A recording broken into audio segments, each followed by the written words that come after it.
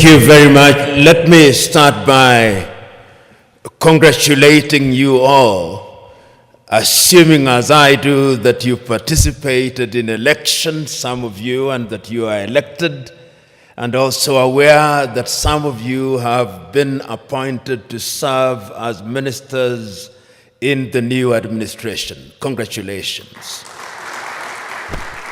And also permit me to thank the Office of the Prime Minister for inviting me to share my thoughts with you on a subject that I think is very important, not only to the federal government of Ethiopia, but to the people of Ethiopia and by extension, the continent of Africa. My presentation has been summarized in writing and will be available for your reference later. Let me start by saying that the subject of Pan-Africanism is one that remains as important today as it was, in my view, many years ago. Those of you who are familiar with the struggle for Pan-Africanism will remember its story, particularly through the activities of Africans in the diaspora. You'll particularly remember that prior to the much more famous meeting held in 1945 in Manchester in the United Kingdom,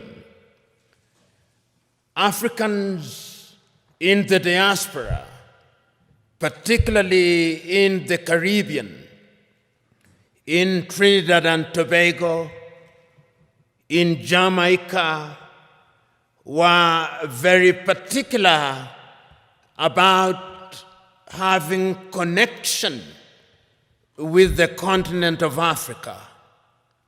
You'll remember that they had many meetings, and you'll be familiar with some of the names, such as Sylvester Williams from Trinidad and Tobago, such as Marcus Garvey and his call for Africans to go back to the mother continent. And you will also remember African Americans such as W.B.E.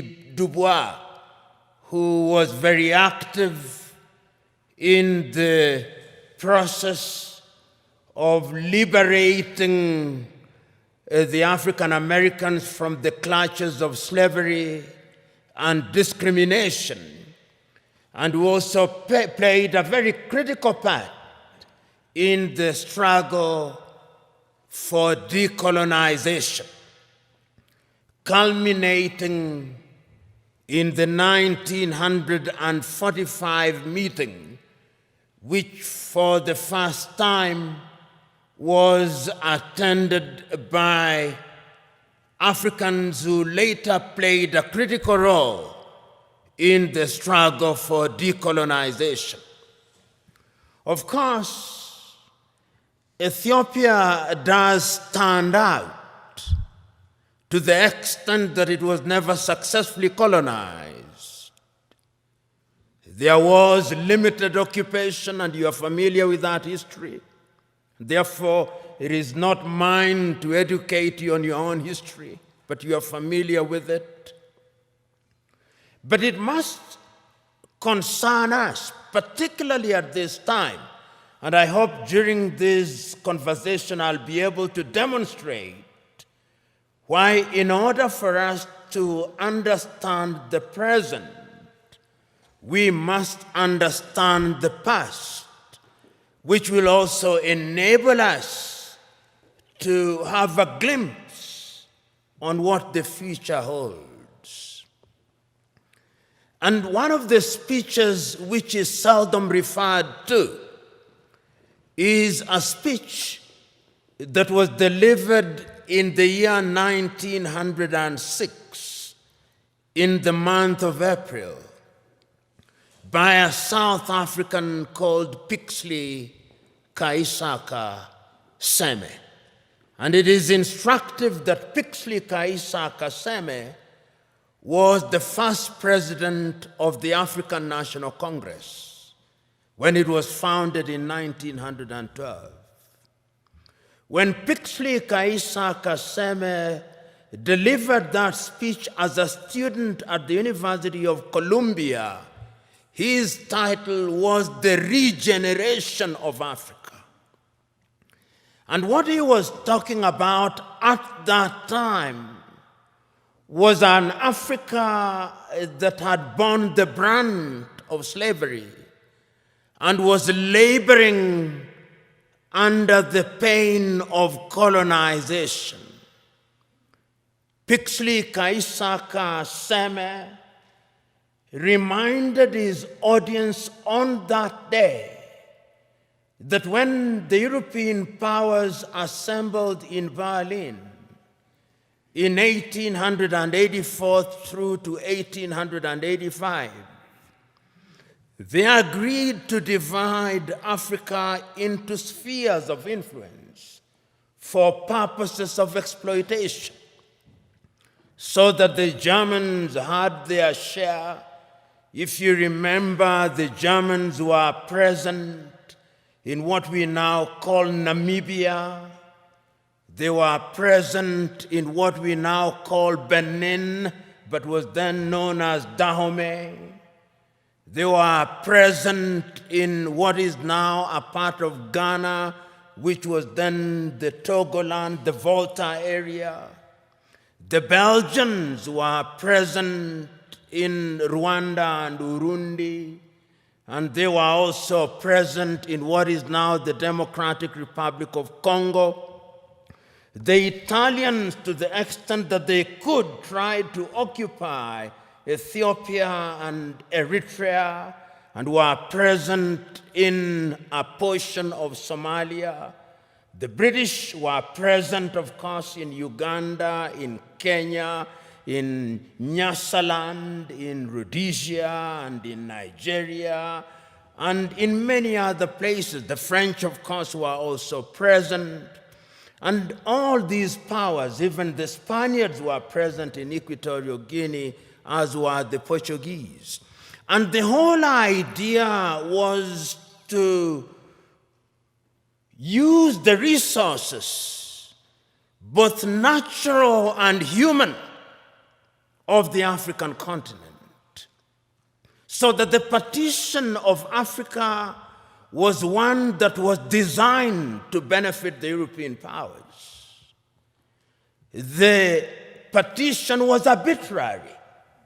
If you look at the nation states that we now have, or is it states that we now have with many nations in them, every other African country that we are talking about now is struggling to be a state. All of them, without exception, all of them. And this is what Pixley Kaisaka Seme was saying. How will we regenerate this continent? And it's instructive that he was talking at a time when the entire continent of Africa was under colonization, excluding Liberia and Ethiopia, all of them.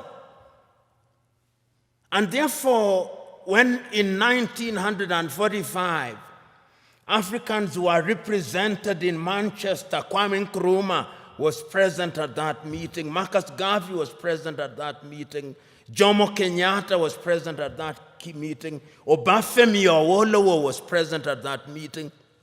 The drive was to decolonize Africa. And one of the things that amazes me is that at that time, these individuals did not have the internet, they did not have WhatsApp, they did not have the kind of communication that we have now. But it is amazing at how they were communicating. Even air transport was not as it is now. I was just recently reading the activities of one of the greatest Africans who, in my view, ever lived and whom many people do not know about.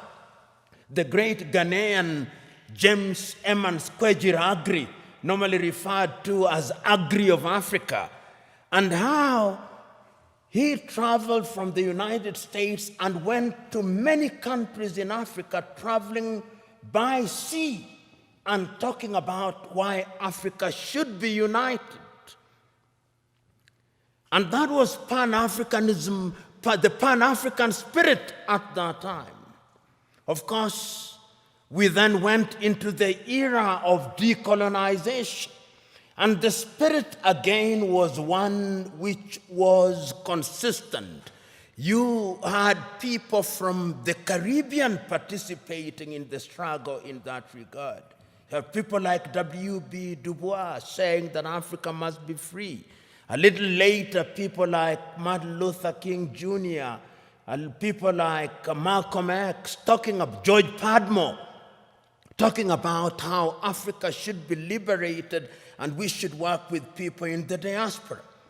And then the agitation was there that we must regain our independence. And famously in 1949, Ghana's Kwame Nkrumah is saying, "Seek ye first the political kingdom, and the rest will be given unto you."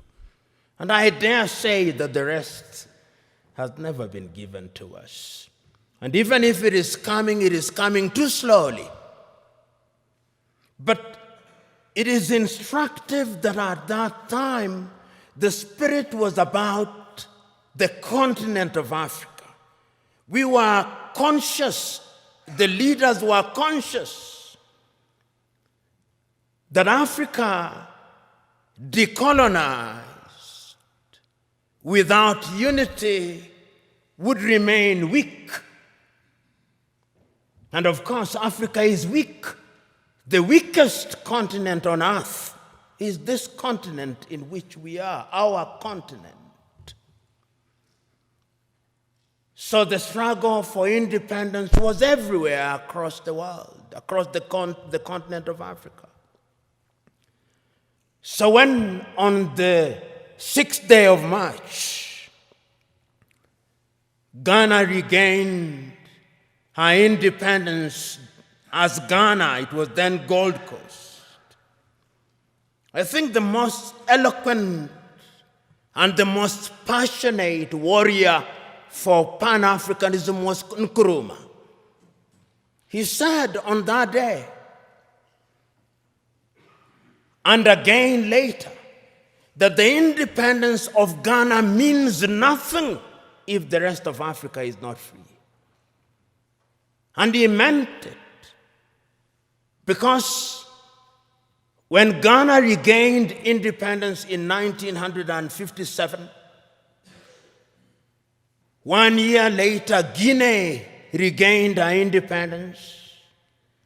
A year later, the French Sudan, or what we now call Mali, regained her independence. They signed a pact to create what they call the African Union. They thought at that time that that would be Africa in her embryonic days.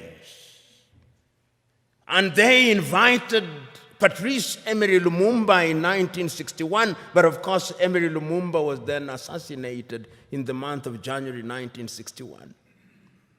And he warned. This is one of the things that always stands out in my mind.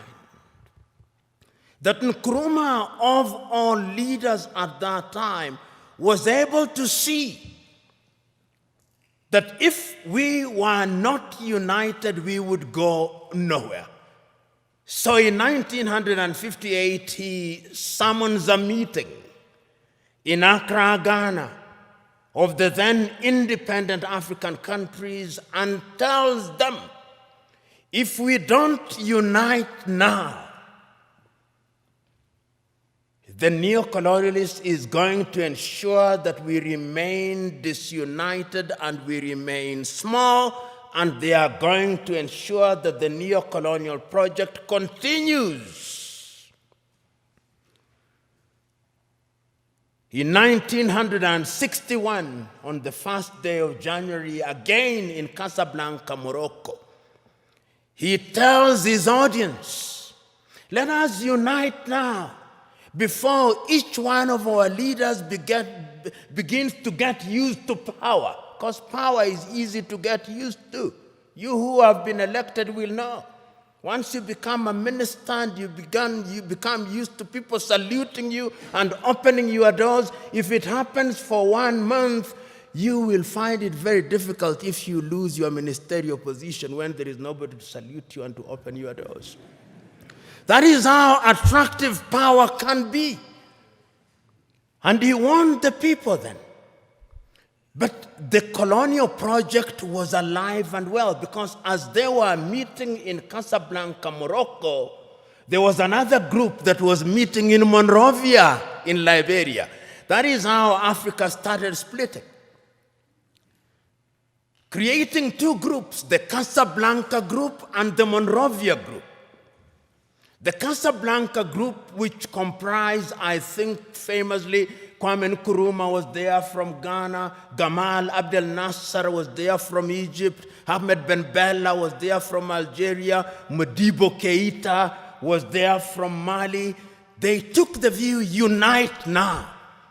The Monrovia group, comprised of William Tubman at that time. Emperor Haile Selassie was also in the Monrovia group. Mwalimu Kambarage Nyerere was in the Monrovia group. They took the view, we want to unite, but gradually.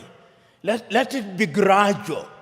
So that when Emperor Haile Selassie of Ethiopia convenes a meeting in Addis Ababa on the 23rd through to the 25th day of May 1963. There are two groups already. The Pan-African agenda is already being watered down. There is the Casablanca group and there is the Monrovia group. And the creation of the OAU was a victory for the Monrovia group. And I want you to, there were 32 heads of states and government who met in Addis Ababa, Ethiopia on the 23rd through to the 25th day of May, the year 1963. And I want you to listen to all of those speeches, or the compilation of them. There is a compilation of them that was made in the year 2013 when we were celebrating the 50th anniversary of the Organization of African Unity. And listen to all the speeches, and I pick out a speech from the leader of Central African Republic, David Dacko. David says, Central African Republic is so small that if we are not a part of an African Union, the French will come again. And they have come again. Mwalimu Nyerere of Tanzania says, we are not here in order to remind ourselves of how important unity is. We are here to talk about the unity of Africa. The host, Emperor Haile Selassie of Ethiopia, says, it is important for us to realize that we must make sacrifice for the future, because a disunited Africa will never realize our potential. But the most passionate speech again was that of Kwame Nkrumah. He tells them, let us not leave here without one government, without one army, without one currency, and without having chosen a capital. And I propose that the capital of the new Africa either be located in Bangui in Central African Republic, or Leopoldville, now Kinshasa, in the Democratic Republic of Congo. But I'm open to any other suggestion. And let us leave here once we have put together a council of foreign ministers in order to begin to work towards an African Union. That is Kwame Nkrumah. Nobody listened to him. We ended up with the OAU. And the story of the OAU can be told and retold. Some say that it was a toothless bulldog. Others say that it was not even a dog. But whatever it was, it cannot be denied that it made a contribution to the process of decolonization of the continent in many ways, complete with the establishment of the liberation unit of it, which was headquartered in Dar es Salaam in the United Republic of Tanzania, which was spearheaded the decolonization of quite a number of countries at that time. But the point that I'm making is that the Pan-African spirit at that time was about a united Africa. Because you will remember at that time that France never wanted to leave and has never left. It is always instructive that when the French left, they formed an organization called Organization for French-Speaking Countries. The British also created their own Commonwealth of Independent Nations. But what is instructive is that the Queen is always the head of those independent nations. I've never understood that. Perhaps the presidents do. The Portuguese, of course, you know, never left easily. Until 1980, when I was an adult, they were still fighting in Mozambique, in Cape Verde, in Guinea-Bissau, in Angola, and in Mozambique. The apartheid regime, of course, only left in 1994, and I wonder whether they have left. That is Africa for you. So that the fears of Kwame Nkrumah that if you are not united, we would have problems, started haunting us. He said that if we are not united in the Pan-African spirit, what is going to happen is that the imperialists is going to control us. They are going to emphasize our ethnic differences. And they are going to ensure that we begin fighting amongst one another. And as we do so, they are going to exploit us. And they started. In January 1961, they assassinated Patrice Emery Lumumba, and Congo has never been the same again. In 1963, they assassinated Sylvanus Olympio in Togo, and Togo has never been the same again. Then there were coup d'etats. Kwame Nkrumah himself, in 1966, eliminated via coup d'etat, all his writings, all his speeches banned, never to be read, never to be listened to until 1972, when Ignatius Kutu Acheampong rehabilitated him. Ahmed Ben Bella in Algeria, gone. In Nigeria, Nnamdi Azikiwe and Abubakar Tafawa Balewa, gone. In Mali, Modibo Keita, gone. In Chad, everywhere, coup d'etats. Here in Ethiopia, 1974, if I'm not wrong, coup d'etat and the emergence of the Derg regime. In East Africa, Uganda, coup d'etat, mutinies in Kenya, Uganda, Tanzania in 1971. All orchestrated because we were disunited and we were weak. The predictions of our forefathers and founding mothers that disunited we would remain weak came true. That is the history of it.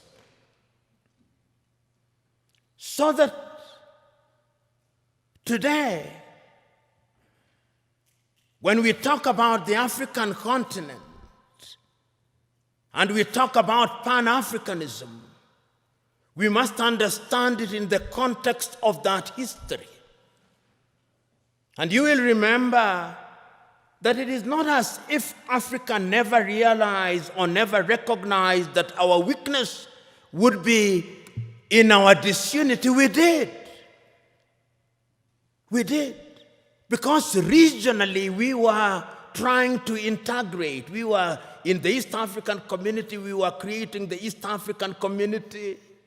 In South Africa, we were creating SADC. In West Africa, we were creating ECOWAS. In Central Africa, we were creating the Organization of Central African Communities. In the North, we were creating the Maghreb.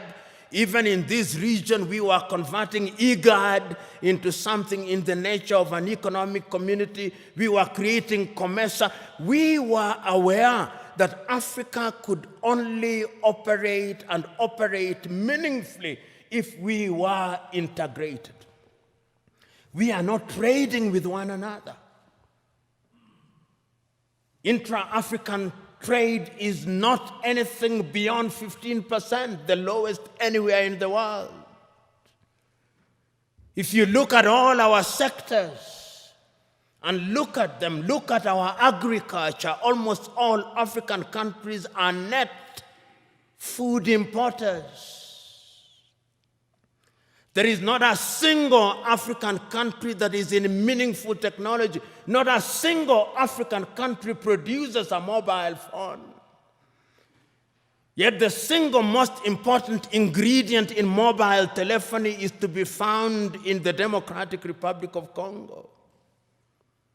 Not a single African country produces a car other than assembling completely knocked down kits. There is no meaningful production of pharmaceutical products in Africa. And if there was any doubt, COVID exposed it. All African countries, the 55 of them, are waiting to either receive Sinovac from China, Sputnik from Russia, AstraZeneca, Johnson or Moderna. And we don't even know what they are because our bureaus of standardization don't know. If you ask the Ethiopian Bureau of Standards what they are asking us to be injected with, they do not know. They just believe it is a vaccine because the Americans have said so or because the Chinese have said so. Africa is weak. So that even this magnificent edifice, I suspect, has not been erected by Ethiopian engineers. When I see the signage in Chinese, I suspect it is the Chinese. That is how weak we are. That is the reality of our mother continent. It is because we are politically weak, we are economically weak, socially we are disorganized, culturally and spiritually we are confused. That is the continent in which we are today. And the question, therefore, what would we do continentally in terms of trade? In 1980, under the Lagos Plan of Action, and some of you have been ambassadors, some of you are now serving cabinet ministers, you will grapple with this on a daily basis. Under the Lagos Plan of Action, Africa sat down in Lagos and said, we are going to improve trade amongst ourselves. 1980, Lagos Plan of Action. Did we do it? No, we did not do it. We did not do it because the European Union was instead engaging us under the African Caribbean, the Lomé Convention of 1975, or the Cotonou Convention of 2000. Africa remains the only continent which is described as Anglophone. So in Kenya or Uganda, where possibly only 20% speak the English language, we are Anglophone. In French, former French colonies, they are Francophone. In former Portuguese colonies, they are Lusophone. In some Arab countries, they are Arabophone. That is who we are. So, when the OAU met in 2013, they asked the question, what happened to the Pan-African spirit? And when, therefore, they met in Sirte, in Libya, under the tutelage at that time of Muammar al-Gaddafi, it was resolved in 1999 that the OAU be renamed and be referred to as the African Union, and it was launched, as you know, in Durban, South Africa in the year 2000.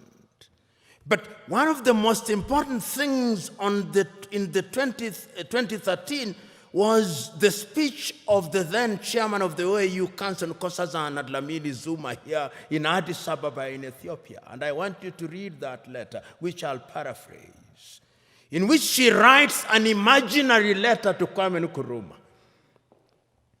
He tells and apologizes to Kwame, telling Kwame, we apologize to you because we did not listen to you. We are weak because we did not listen to you. We are divided into 54, 55, depending on whether the Moroccans agree that Sahrawi is a country. Nobody cares about us. And brothers and sisters, if you want to know how weak we are, and we are weak, look at how we are treated. Last month,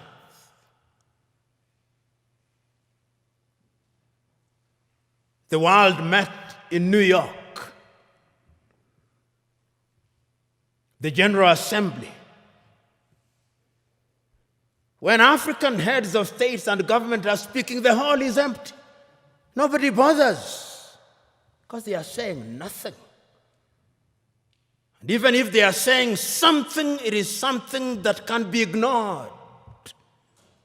Compare when an African head of state and government is speaking and when the Prime Minister of Little Israel is speaking.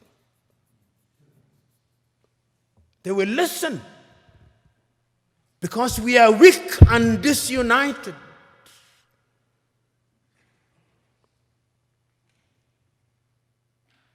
So we have a weak continent because the spirit of Pan-Africanism disappeared.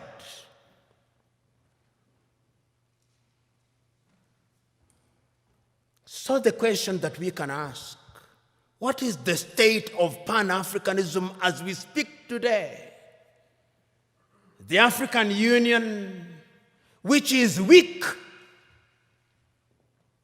says the right things and does the wrong things 9 out of 10 times.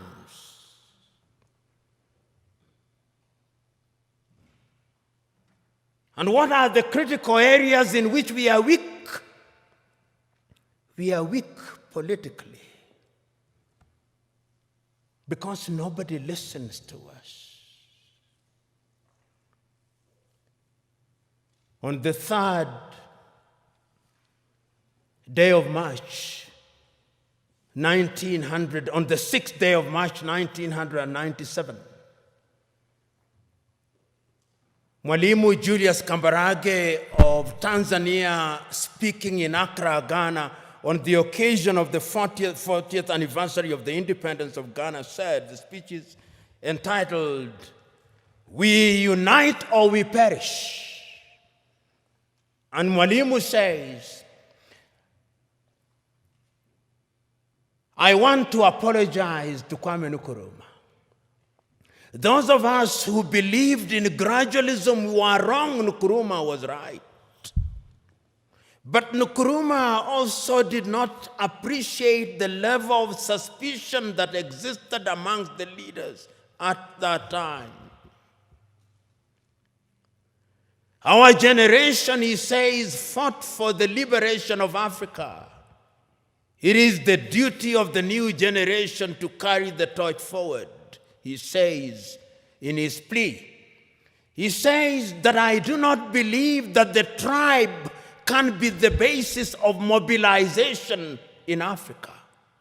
And he said that as I travel along across the world, people do not care about our Tanzanianness or our Ghanaianness or our Kenyanness or our Ethiopianness. In their eyes, we are all Africans.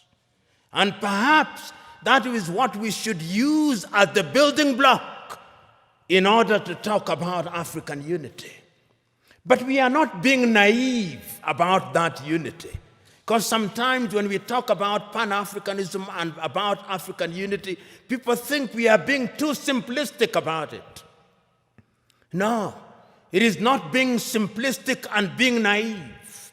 It is recognizing that as long as we remain the way we are, then Africa in the next 25 years will be recolonized. You know, what is the state of Africa as I speak now? What is the state of your continent as we speak now? Because of our disunity. Because when we are disunited, then it is good for Europe and America. And China progressively. Look at the state of your continent as I speak. Conflicts of one kind or another. I'll name the countries just for you to know how bad it is, because that is how it is. Go to northern Mozambique. The gas that is there cannot be produced because there is conflict. Northern Mozambique. Go to Somalia. Conflict. Here in your motherland, conflict. Go to South Sudan, conflict. Go to Sudan, conflict. Go to Libya, conflict. Go to Central African Republic, conflict. Go to the Democratic Republic of Congo, conflict. Go to Burkina Faso, conflict. Go to Mali, conflict. Go to Chad, conflict. Go to Niger, conflict. Go to Cameroon, conflict. Go to Nigeria, conflict. Do I go on? That is the state of the continent. So that even when we talk about intercontinental trade, you tell me, can you drive from Addis Ababa to Dakar in Senegal?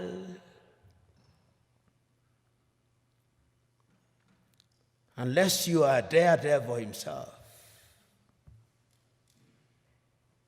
Which group will not kidnap or ambush you? That is the state of the continent because we are weak and disunited. I fly from Nairobi, Kenya for 1.5 hours. I come from the shilling zone. I go into the birr. 33 currencies in Africa. 33 currencies. None of which is used to conclude transactions anywhere. I come to Addis Ababa, Ethiopia, and I show my shilling. They say, what is this? But let me show the dollar. Oh, this is it. Let me show the euro. This is it. 80% of transactions in Africa are concluded outside of the continent in dollars. So you may have the Central Bank or the Federal Bank of Ethiopia, or Mickey Mouse. You may have the Central Bank of Kenya, Mickey Mouse. You may have all these 54 central banks useless. Because we are not playing in the real league, we are playing in the small league. That is why when the Chinese president summons all our presidents, and they summon them, the letters may be polite, but it's summons. They go to Beijing, tails between their legs, and they are told. Then the Chinese president gives Africa $60 billion. $60 billion. What is $60 billion? George Bezos has more than that given to a whole continent. That is the state of the continent. So, as you have the honor and privilege of serving in the government of Ethiopia, and as you think about integration, that is the continent in which you are now weak. 2 weeks ago, I watched in great pain on television in Bamako, Mali, young Malians celebrating in the streets that the government of Mali had entered into successful or possible successful negotiation with Wagner, which is a Russian mercenary group, to replace the French. And they are saying how beautiful it is now.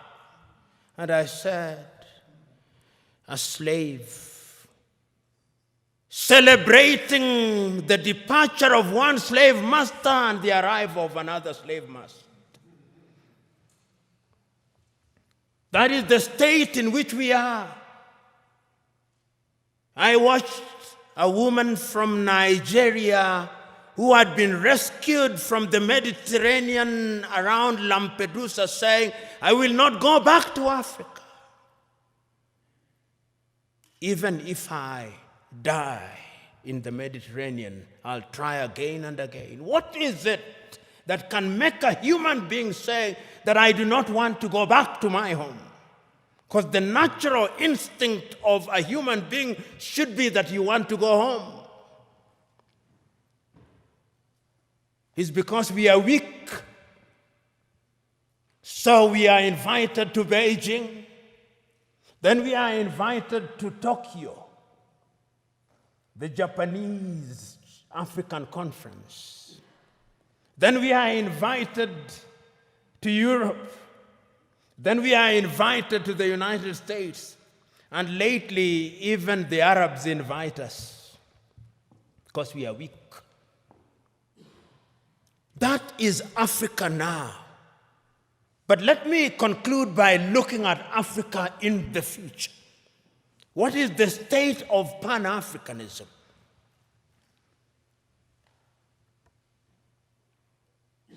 Africa finds herself in a very difficult situation. What Nkrumah feared. Today,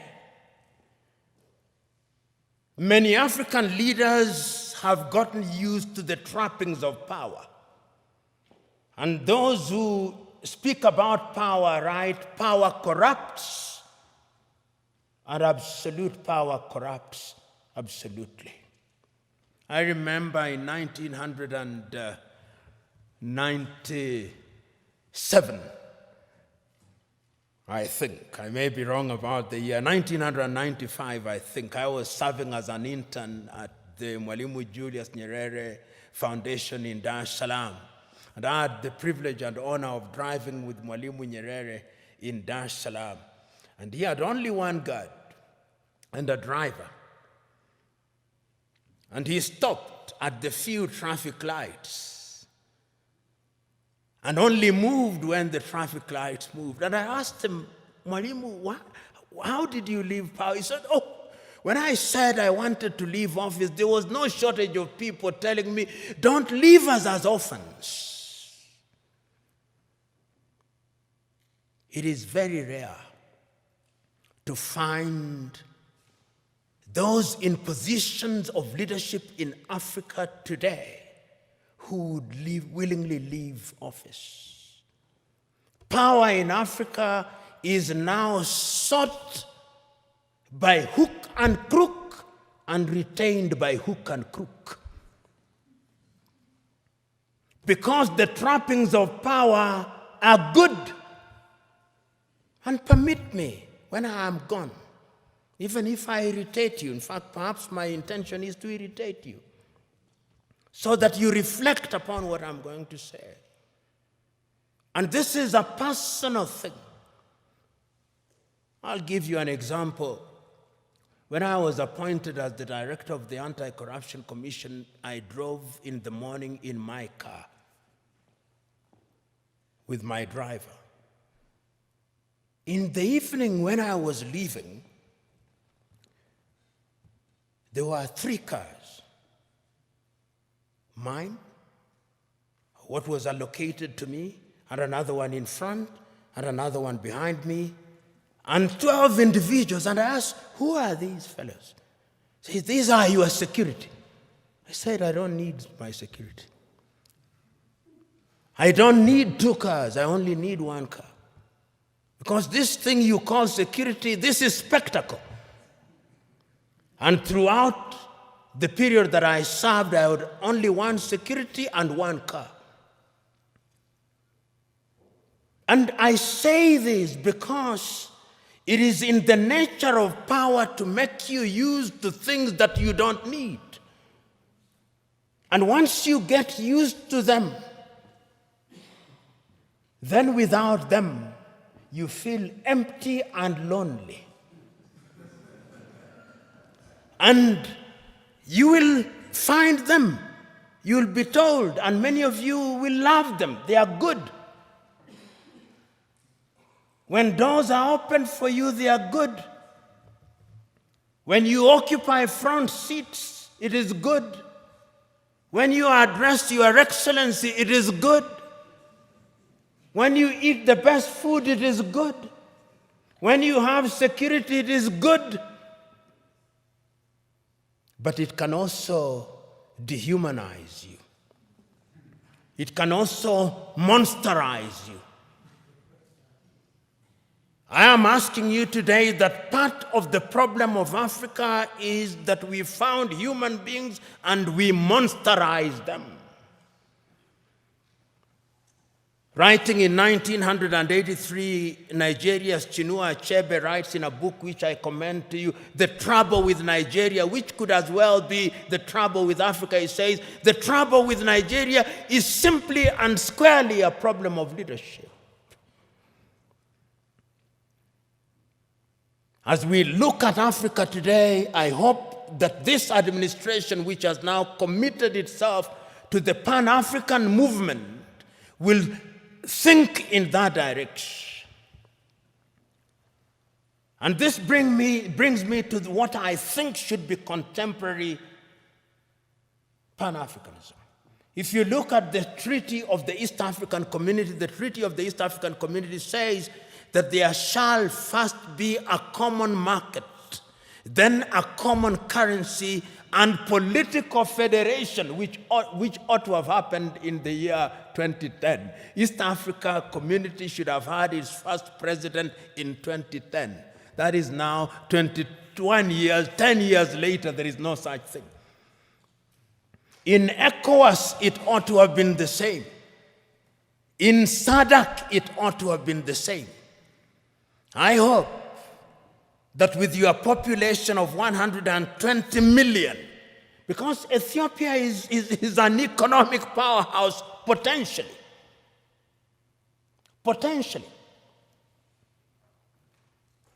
You know, Pan-Africanism, the new Pan-Africanism must have an economic component of it.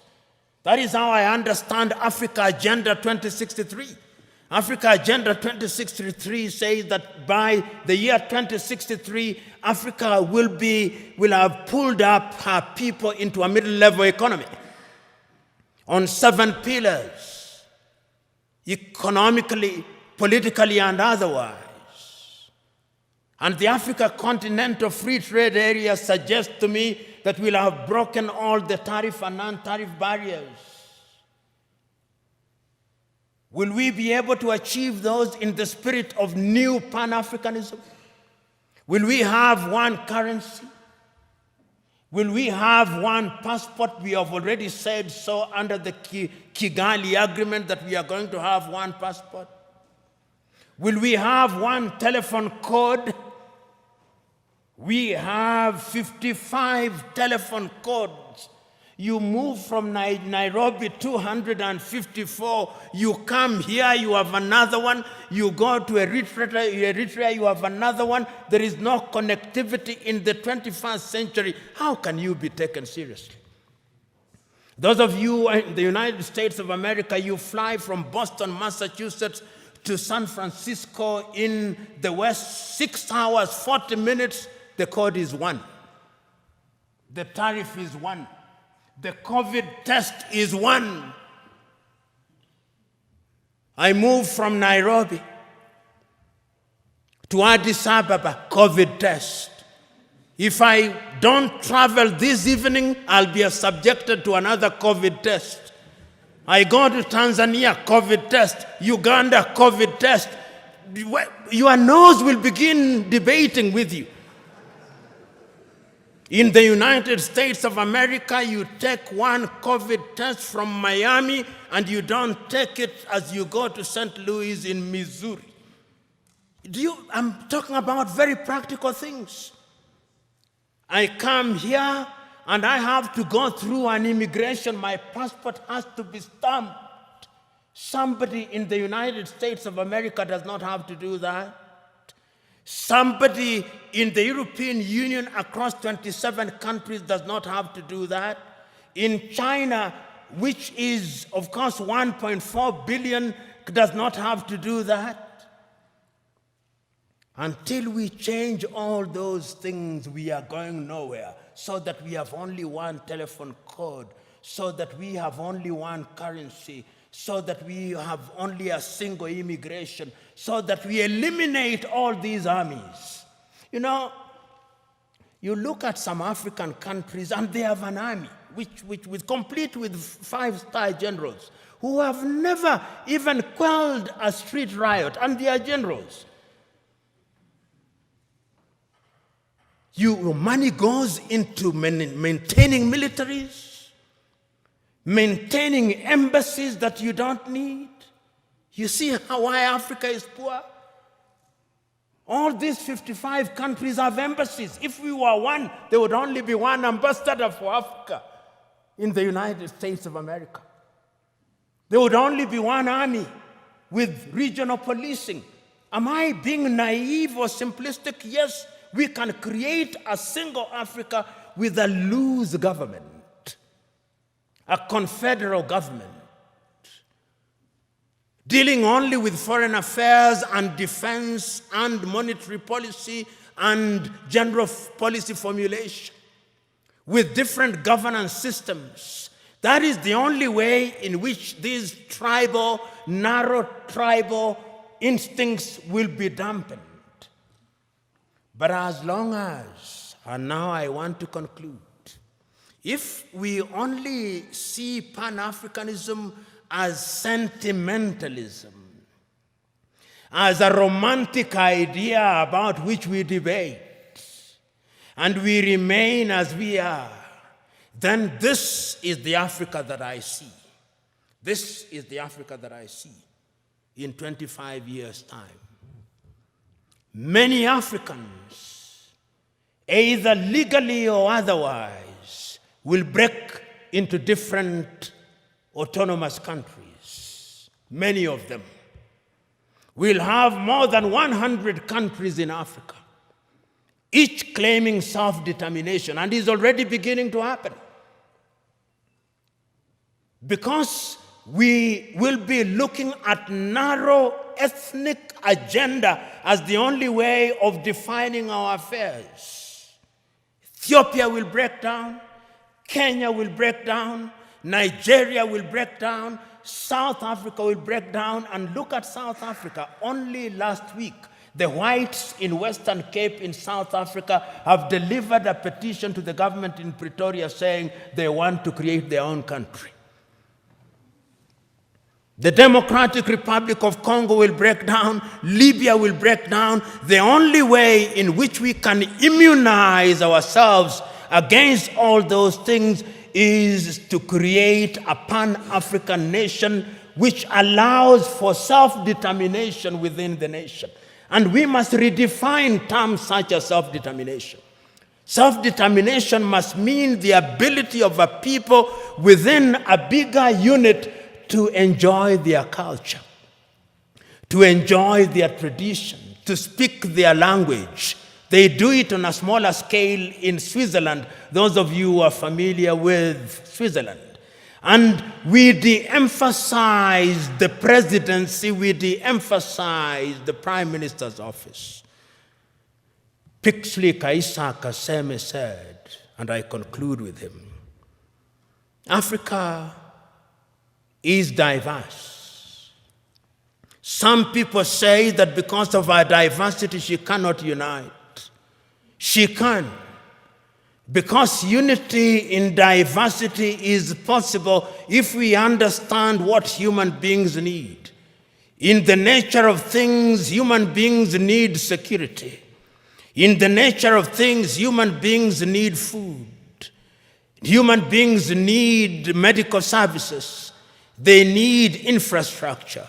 If you have a government that allows that, he said, then it reminds me of the piano. If you press the black button of the piano, it produces some sound. If you press the white one, it produces some sound. But if you press both the black and the white, it produces melodious music. And I think that the new Pan-Africanism must look to that. And you who have the honor and privilege of thinking and working in government, it is your duty to start that journey. It is not going to be easy, but it is an intergenerational journey. Play your part, for it can be done, and it must be done.